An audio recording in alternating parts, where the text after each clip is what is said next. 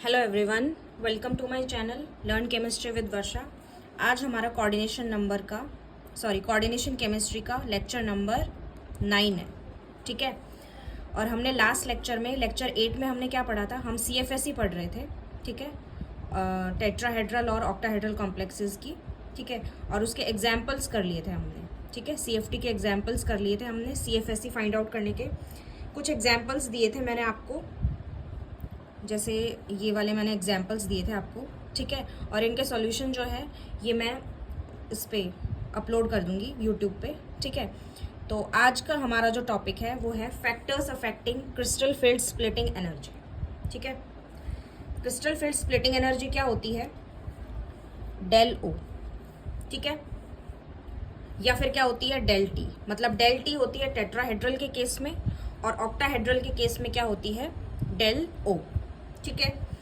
Next है, और इसमें जो स्प्लिटिंग होती है टेट्राहेड्रल में वो T2 में होती है और E में होती है। ठीक है। और इसमें EG और T2G।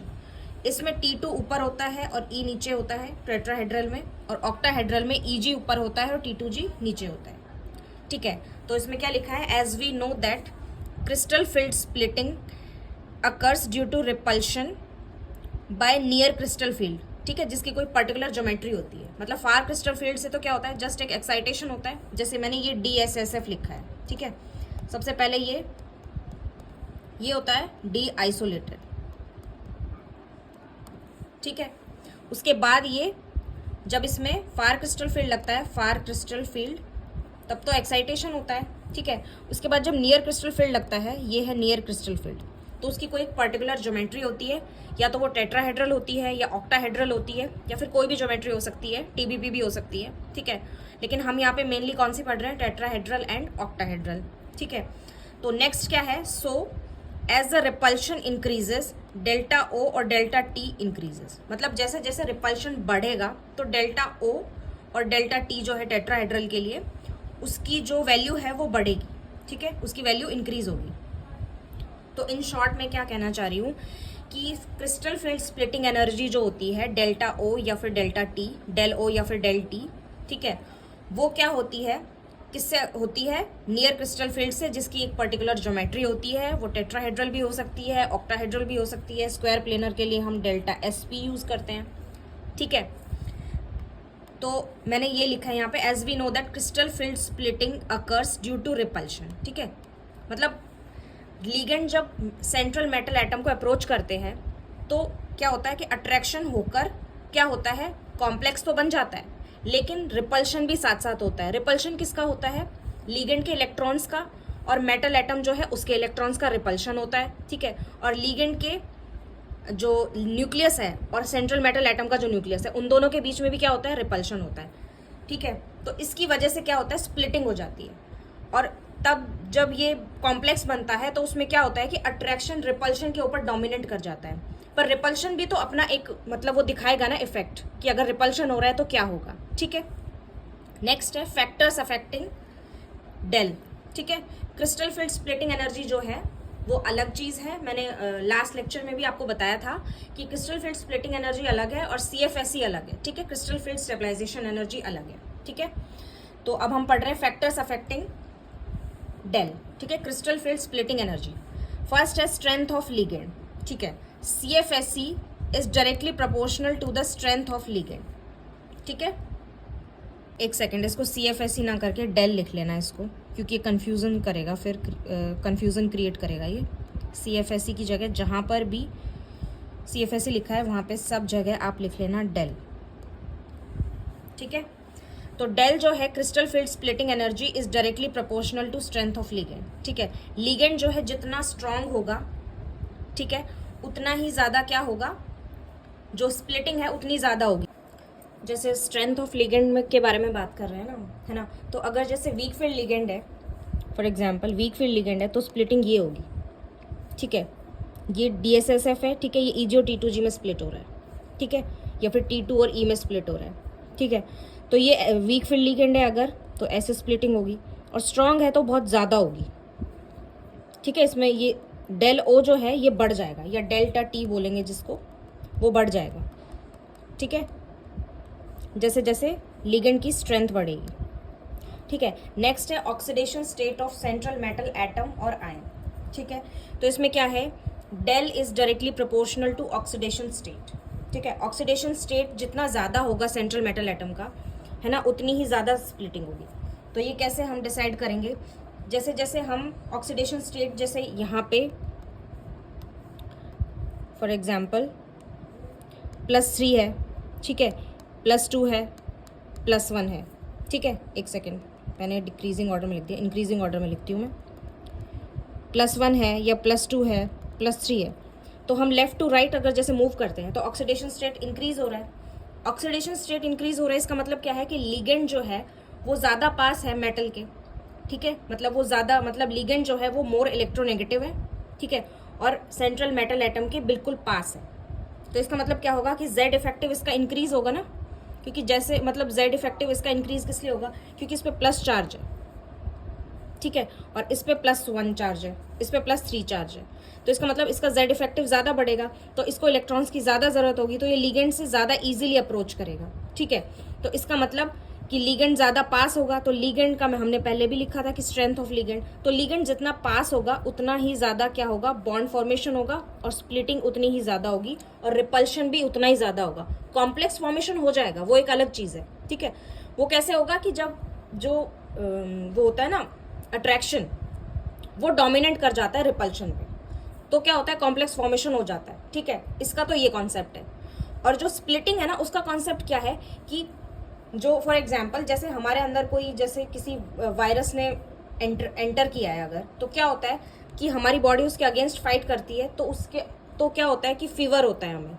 तो इसी तरीके से कॉम्प्लेक्स तो बन जाएगा, लेकिन उसके बाद क्या होगा, रिपल्शन का भी तो कुछ पोस्ट इफेक्ट आएगा ना। तो वो क्या होगा कि जो स्प्लिटिंग है ना वो कम ज़्यादा होगी, तो वीक फील्ड लिगेंड होगा तो स्प्लिटिंग कम होगी, और स्ट्रॉन्ग फील्ड लिगेंड होगा तो स्प्लिटिंग ज़्यादा होगी। ज़्यादा होगी का मतलब क्या है कि डेल की वैल्यू ज़्यादा होगी, ये वाली जो वैल्यू है ये ज़्यादा होगी, ठीक है।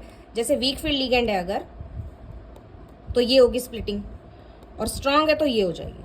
तो मतलब ऑक्सीडेशन स्टेट अगर इसका ज़्यादा है, ठीक है, ऑक्सीडेशन स्टेट ज़्यादा है, तो इसका मतलब कि ये इसको इलेक्ट्रॉन्स की ज़रूरत है, लिगेंड इसको और इजीली अप्रोच करेगा।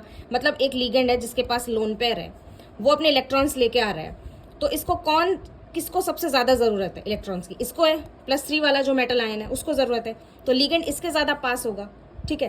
तो रिपल्शन भी इसमें ज़्यादा होगी, ठीक है। कॉम्प्लेक्स बन जाएगा लेकिन रिपल्शन ज़्यादा होगी, तो रिपल्शन ज़्यादा होगी तो स्ट्रेंथ ऑफ लिगेंड पे डिपेंड करेगा, और मेटल की जो सेंट्रल मेटल एटम है उसकी भी स्ट्रेंथ पे डिपेंड करेगा कि उसका ऑक्सीडेशन स्टेट क्या है, उसकी क्या स्ट्रेंथ है लिगेंड से अप्रोच करने की।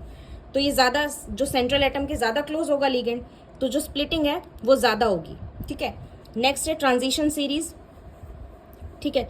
तो इसका डिक्रीजिंग ऑर्डर क्या हो जाएगा, 4D का सबसे ज़्यादा, उसके बाद इसको डेल लिख लेना, ठीक है, सॉरी 5D का सबसे ज़्यादा, उसके बाद 4D और उसके बाद 3D, ठीक है। अब इसका रीज़न क्या है, टॉप टू बॉटम जब हम जाते हैं तो क्या होता है, 3D से 4D और 4D से 5D, ठीक है। तो टॉप टू बॉटम जब हम जा रहे हैं तो क्या हो रहा है, Z इफेक्टिव इंक्रीज हो रहा है। सबसे पहले तो क्या हो रहा है, N इंक्रीज हो रहा है ना। ये जो क्वांटम नंबर है, प्रिंसिपल क्वांटम नंबर, N की वैल्यू 3 है, उसके बाद 4 है और उसके बाद 5 है। तो सबसे पहले तो quantum number, principal quantum number increase हो रहा है, ठीक है। लेकिन यहाँ पे क्या होगा, Z इफेक्टिव भी इंक्रीज होगा। लेफ्ट टू राइट जाते हैं तब भी Z इफेक्टिव इंक्रीज होता है, ठीक है। और टॉप टू बॉटम जाते हैं ना इसमें ट्रांजिशन एलिमेंट्स में, तो भी Z इफेक्टिव इंक्रीज होता है। ये क्यों होता है, लेंथेनॉइड कॉन्ट्रैक्शन की वजह से। ये डी ब्लॉक एलिमेंट का पार्ट है, ठीक है। तो लेंथेनॉइड कॉन्ट्रैक्शन की वजह से क्या होता है, 4D और 5D जो सीरीज जो एलिमेंट्स हैं उनकी जो साइज है वो ऑलमोस्ट सेम हो जाती है, ठीक है। तो इसका मतलब Z इफेक्टिव भी इंक्रीज हो गया। अब Z इफेक्टिव अगर इंक्रीज हो रहा है, Z इफेक्टिव इंक्रीज हो रहा है कि मतलब Z इफेक्टिव जो होता है वो किसका ज़्यादा होता है, जो मोर इलेक्ट्रोनेगेटिव एलिमेंट है, ठीक है। तो Z इफेक्टिव ज़्यादा है, हमने पढ़ा है कि Z effective is directly proportional to electronegativity. तो इसका मतलब क्या हुआ, इसकी इलेक्ट्रोनेगेटिविटी ज़्यादा है। इलेक्ट्रोनेगेटिविटी ज़्यादा है तो लिगेंड जब अप्रोच करेगा तो 5D वाले को ज़्यादा करेगा, 4D को उससे कम और 3D को उससे कम, ठीक है। तो इसका मतलब क्या होगा कि लिगेंड 5D को सबसे ज़्यादा अप्रोच करेगा, तो इसका मतलब इसके ज़्यादा क्लोज रहेगा, तो रिपल्शन भी ज़्यादा होगा, कॉम्प्लेक्स फॉर्मेशन हो जाएगा, लेकिन साथ में स्प्लिटिंग भी ज़्यादा होगी, ठीक है। तो 5D में स्प्लिटिंग ये हो जाएगी, 4D में ये, और 3D में सबसे कम, ठीक है। नेक्स्ट है geometry of the complex. Geometry जो है कॉम्प्लेक्स की उस पर भी डिपेंड करेगी डेल की वैल्यू, ठीक है। डेल जो है वो स्क्वायर प्लेनर की सबसे ज़्यादा होगी, उसके बाद ऑक्टाहेड्रल और उसके बाद टेट्राहेड्रल, ठीक है। नेक्स्ट है नेचर ऑफ लिगेंड, ठीक है। स्ट्रेंथ ऑफ लिगेंड हो गया, उसके बाद नेचर ऑफ लिगेंड, कौन सा लिगेंड है, पर्टिकुलर कौन से टाइप का लिगेंड है वो भी डिपेंड करेगा, ठीक है। तो ये स्पेक्ट्रोकेमिकल सीरीज है, इसकी ट्रिक मैंने बताई हुई है आपको, स्पेक्ट्रोकेमिकल सीरीज ये लर्न करनी है आपको, ठीक है। इसमें क्या है, इन जनरल हम क्या बोल सकते हैं, कार्बन डोनर जो होते हैं वो स्ट्रॉन्ग फील्ड लिगेंड होते हैं, सबसे ज़्यादा स्ट्रॉन्ग होते हैं, उसके बाद नाइट्रोजन डोनर, उसके बाद ऑक्सीजन डोनर और उसके बाद हेलाइड डोनर, ठीक है। तो ये दोनों तो क्या होते हैं, SFL strong field ligand, SFL, ठीक है। ये क्या होते हैं, बॉर्डर लाइन, और ये क्या होते हैं, WFL वीक फील्ड लिगेंड, जो हेलाइड होते हैं, ठीक है। और जो स्पेक्ट्रोकेमिकल सीरीज है इसका आप स्क्रीनशॉट ले सकते हैं, इसको लर्न करना है आपको, ठीक है। नॉर्मल अगर आपसे लर्न हो जाता है तो बहुत अच्छी बात है, और अगर लर्न नहीं होता है तो आप इसकी खुद ट्रिक बना लीजिए, या फिर मैंने एक शॉर्ट अपलोड किया हुआ है इसका, स्पेक्ट्रोकेमिकल सीरीज को कैसे लर्न करना है, ठीक है। नेक्स्ट है जनरल स्ट्रेंथ, मैंने बता दी। अब साथ में बोनस इन्फॉर्मेशन ऐड कर लीजिए इसमें। डेल्टा SP जो होता है, हमने ये तो पढ़ा ही था कि डेल्टा SP सबसे ज़्यादा होता है, उसके बाद डेल्टा O होता है, उसके बाद डेल्टा T होता है, T सबसे कम होता है। तो इस अकॉर्डिंग ये रिलेशन फाइंड आउट किया हमने, delta T equals to 4/9 del O। इसका मतलब क्या है कि डेल O डेल्टा T से ज़्यादा है। और स्क्वायर प्लेनर और डेल O में क्या रिलेशन है, del SP equals to 4/3 del O, ठीक है। इस तरीके से हम डेल O की जगह 9/4 डेल T करके भी आपस में एक दूसरे से रिलेशनशिप फाइंड आउट कर सकते हैं, मतलब एक दूसरे को रिप्लेस करके, ठीक है। नेक्स्ट है एप्लीकेशन ऑफ CFT। अब है CFT की एप्लीकेशंस, ठीक है। फर्स्ट एप्लीकेशन है, it explains whether the complex is high spin और लो स्पिन कॉम्प्लेक्स, ठीक है। CFT ने एक्सप्लेन किया है कि हाई स्पिन होगा या लो स्पिन होगा, ठीक है। आउटर ऑर्बिटल होगा या इनर ऑर्बिटल होगा, और स्पिन फ्री होगा या स्पिन पेयर्ड होगा, ठीक है। ये हमने पढ़ लिया था ऊपर। नेक्स्ट प्रॉपर्टी है इसकी, नेक्स्ट एप्लीकेशन है, इट एक्सप्लेन कलर प्रॉपर्टी, ठीक है। कलर प्रॉपर्टी हम आगे पढ़ेंगे, ठीक है। एक एक प्रॉपर्टी को हम एक्सप्लेन करते हुए चलेंगे। It explains weather a complex is stable और नॉट, ठीक है। कॉम्प्लेक्स की स्टेबिलिटी को भी बताती है CFT, ठीक है। नेक्स्ट है, it explains magnetic properties. Magnetic properties मतलब कि वो डायामैग्नेटिक है या फिर पैरामैग्नेटिक है। तो नेक्स्ट में हम ये 4 प्रॉपर्टीज हैं, इनको एक एक करके एक्सप्लेन करेंगे, ठीक है। तो आप तब तक यहाँ तक लर्न कीजिए। Okay, this is all about this lecture. Thank you, keep watching and keep learning.